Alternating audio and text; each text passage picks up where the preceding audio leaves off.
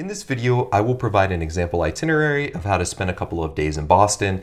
Feel free to mix, match, add, and delete as desired. Boston really has so much to offer. The purpose of this video is to get your visit to Boston juices flowing and give you some ideas on how to get started. If you're visiting Boston for a couple of days, or you're living in the city and need to figure out how to entertain friends and family swinging by for the weekend, the good news is that there's no shortage of things to do in this city. Before we go any further, I'm going to recap what will likely be you or your friends and family's first encounter with Boston, Logan Airport, and the best ways to get to and from the city from the airport. If you want to dive into an example itinerary, skip to the next chapter. Logan Airport's location is clutch because it's right across the harbor from downtown Boston.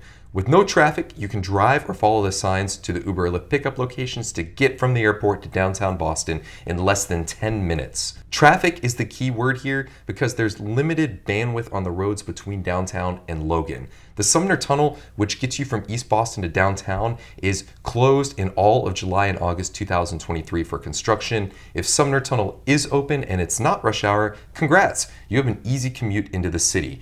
If Sumner Tunnel is open and it is rush hour, traffic should flow, albeit slowly, through the tunnel, and you'll get downtown eventually.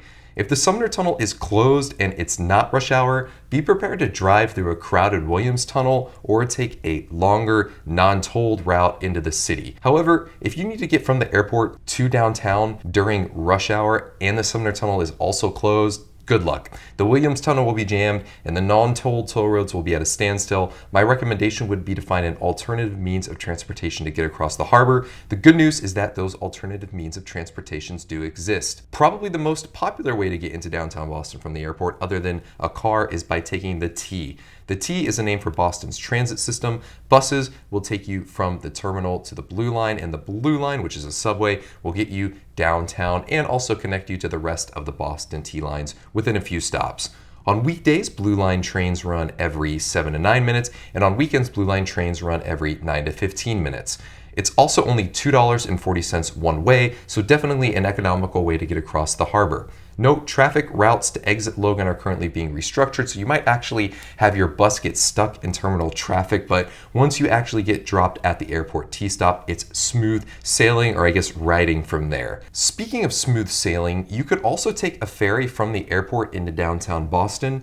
Similar to getting to the Blue Line, a bus can take you from the terminal to the ferry, and then ferries typically run every hour, so hopefully you time it well, but if time isn't an issue, this is a great way to take in some beautiful views of the Boston skyline from the Boston Harbor. If you're trying to get downtown for free, especially if you need to get to the South Station, then I recommend catching a Silver Line bus. Again, these buses are free, but when it comes to going through tunnels, they will have to compete with the rest of the drivers on the roadway, so this could be a slow experience if you don't plan carefully. If you do need to get further outside of the city, you can catch the Logan Express, which is a bus that can get you from the airport to Braintree, Framingham, Peabody, Woburn, and if you're staying closer to city center, Back Bay. All right, so now you've got an idea of how to get from Logan Airport to the city. Hope that helps with your planning at least a little bit. Let's dive more into how to spend a couple of days in Boston. So you've just woken up after a long day of travel, or you just got in town after a really early flight. What is the first thing you should do in Boston? I recommend that you start your trip immersing yourself in Boston's history and heritage and visiting what is probably the most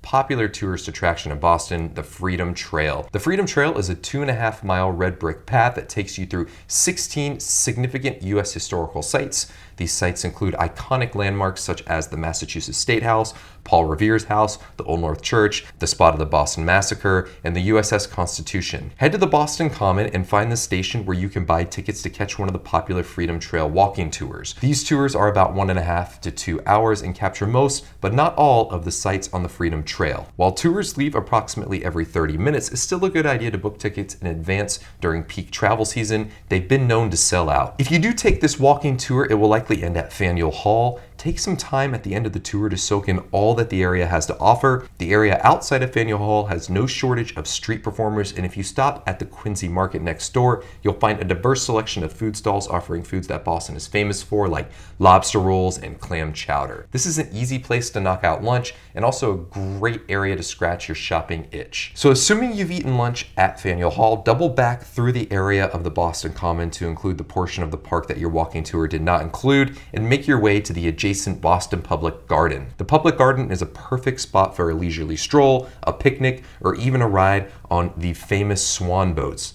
Don't forget to take a picture with the ducklings. So what would I recommend from here? I would say that you should head to Fenway. This may be a surprise, but when I say Fenway, I'm actually talking about the name of the neighborhood, not just the famous baseball park. Fenway Park was actually named after the neighborhood in which it resides. What should you do in Fenway? Well, you actually should visit Fenway Park. If the Red Sox are playing, you should absolutely take advantage and watch a game in one of baseball's most historic ballparks. But if the Red Sox aren't playing, get tickets for a tour of Fenway Park, which is still a great option. And if you aren't into sports or you've been to Fenway Park before, check out the Museum of Fine Arts. This museum is underrated and is home to an impressive collection of art that spans various periods and cultures. That's at least what I've been told. I'm actually more of a baseball guy myself. While it's a short hike, you could get to Fenway from the Common by walking down Commonwealth Avenue in Back Bay. This avenue is so wide that a park is bordered by each one-way street of the avenue. The brownstones of Back Bay are historic and enchanting. Walking the neighborhood is free and a fun sight to take in. If you don't want to walk, head over to the nearest Green Line stop and catch the B, C, or D Green Lines if you're going to Fenway Park, and E Green Line if you're going to the Museum of Fine Arts. If you do get on the wrong Green Line, don't panic. It's a short and scenic walk to get back on course. When it's time to eat, head back past Faneuil Hall to the north end, Boston's Little Italy. This neighborhood is beautiful and has amazing Italian food. Both tourists and locals love the cuisine in this area. If there's a particular restaurant you want to eat at, be sure to make a reservation in advance. Everyone has different recommendation for the best Italian in the North End. My theory is that you really can't go wrong. Bad restaurants don't stay in business for a long time here. Once you get done with dinner, get some cannoli for dessert. The three most popular cannoli places in the North End are Mike's, Bova's, and Modern. Tensions can rise when two people don't see eye to eye on which spot makes the best cannoli. I recommend that you go ahead and try all three and make the choice on your own. After dinner, walk off your delicious meal by taking a walk along the harbor. If you're in the mood for cocktails, follow the harbor walk to Fan Pier Park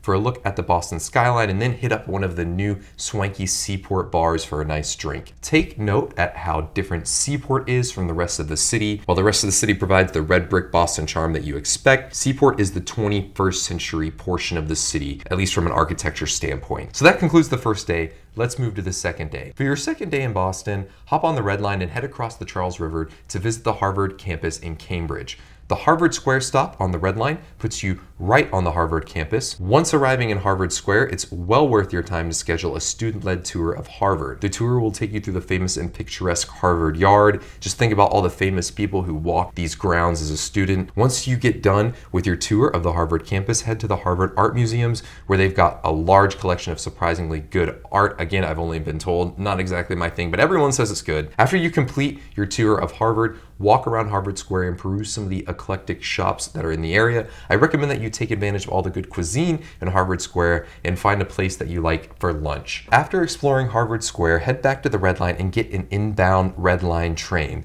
Your next stop is the Boston Tea Party Ships and Museum. Sit on the left side of the train with the front of the train defined as the direction in which the train is heading, so that you can take in one of my personal favorite views of Boston as the train crosses the Longfellow Bridge. You're going to want to get off the train at the stop for the South Station. Good news, the Boston Tea Party Ships and Museum is only a 5-minute walk from the South Station. What we all really want to do while at the Boston Tea Party Ships and Museum is throw tea overboard, and you will have the opportunity to do that, but the Waterfront Museum also provides an interactive deep dive into what actually went down with the Boston Tea Party. For your planning purposes, note that tours usually last about 1 hour. So by now, it's mid-afternoon. How should you finish your second day in Boston? You're probably going to want to eat. You had world-class Italian food the evening before, so why not check out another cuisine that Boston is known for, seafood. From the Tea Party Museum, you're in luck because some of the best seafood in Boston is steps away. You've got options. First, check out the Barking Crab. I'll admit this place is a bit of a tourist trap. They are feeding you an experience that they think you want. However, this doesn't change the fact that the food is really good and well worth the price you pay. If the line for the Barking Crab is really long, as it tends to be, walk right across the Evelyn Moakley Bridge to James Hook & Co. When you're at James Hook & Co., you gotta try the lobster, specifically the lobster roll. This place has been in Boston since 1925.